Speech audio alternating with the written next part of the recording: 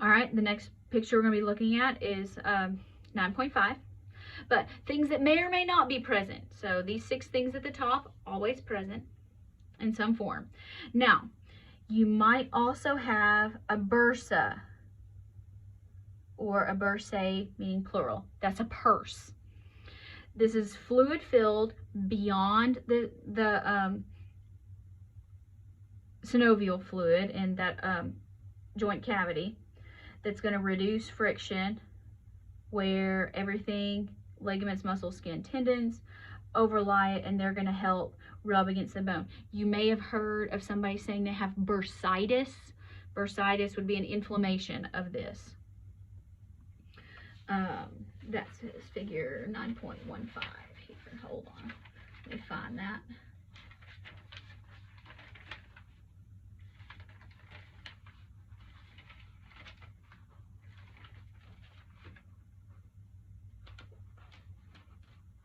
All right, here's one, 9.15. Here, so here's the shoulder. There's a bursa right there. So that's that's the sac there that's going to help provide some additional cushion.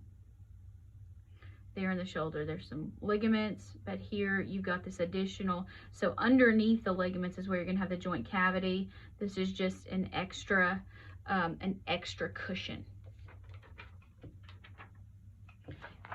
Down here at the bottom, if you look at the cross section here, here's the capsule. So then, you know, here's all the synovial fluid there. Here's the bursa there. There's bursa up there. And then you've got muscle around there. So it's just extra. There it is. There's again, just a little bit of extra cushion there between them. And that is on page 318 if you're interested in looking at that. So that would be page 318. Next, you can have a tendon sheath.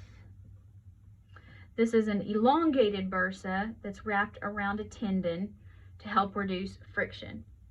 It kind of looks like a hot dog bun and a hot dog. So here, let's look here.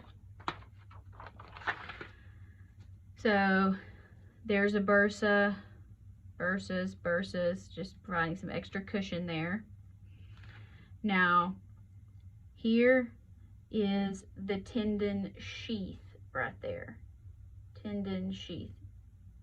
So along the fingers there, because there's a whole lot of tendons. There's a lot of friction that goes on in your hands.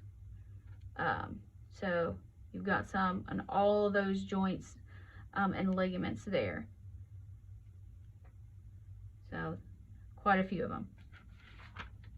This is in 9.5. Next, you could have an articular disc. An articular disc, also known as, if plural, menisci. Singular would be a meniscus. Meniscus. So crescent. So, you know, if you're looking at water in a graduated cylinder, you look like that and you say, oh, we read the meniscus. So our little crescent there. Here we're talking about joint, not water. But so this is going to be a disc or a wedge, and it is fibrocartilage that extends inward from the articular capsule into the synovial cavity. It's going to help improve the fit and help stabilize the joint. Most commonly here in the knee, also in the jaw. So it's usually not hard for people to identify somebody that has had to have meniscus surgery, torn meniscus in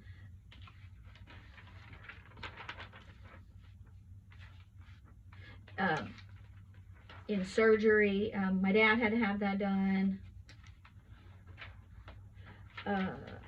Figure 18. Let's find the knee.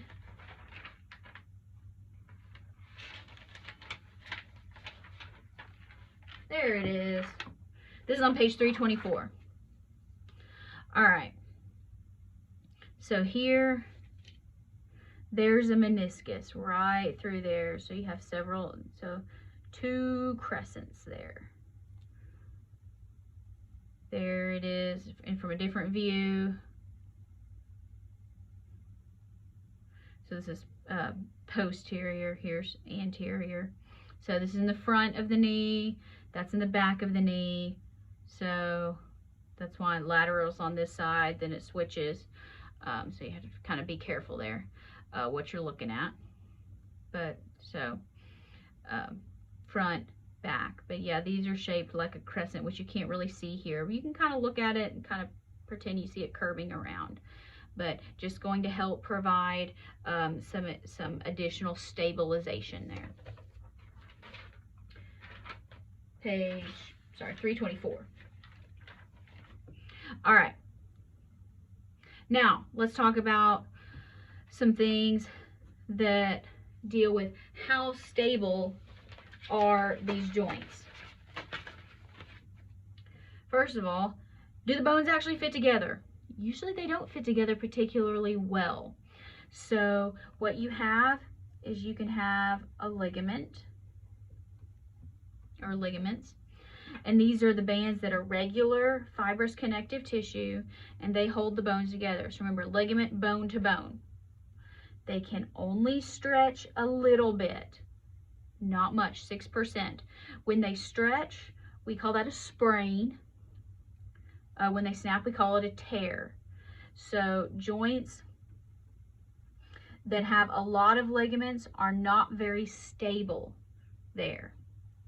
So there's a lot of ligaments around the knee, a lot of ligaments in the ankle. So think about things that sprain easily, in the elbow. So sprain, less than 6%. More than that, they tear. A torn ligament generally requires surgery and a lot of rehabilitation. All right, next, muscle tone.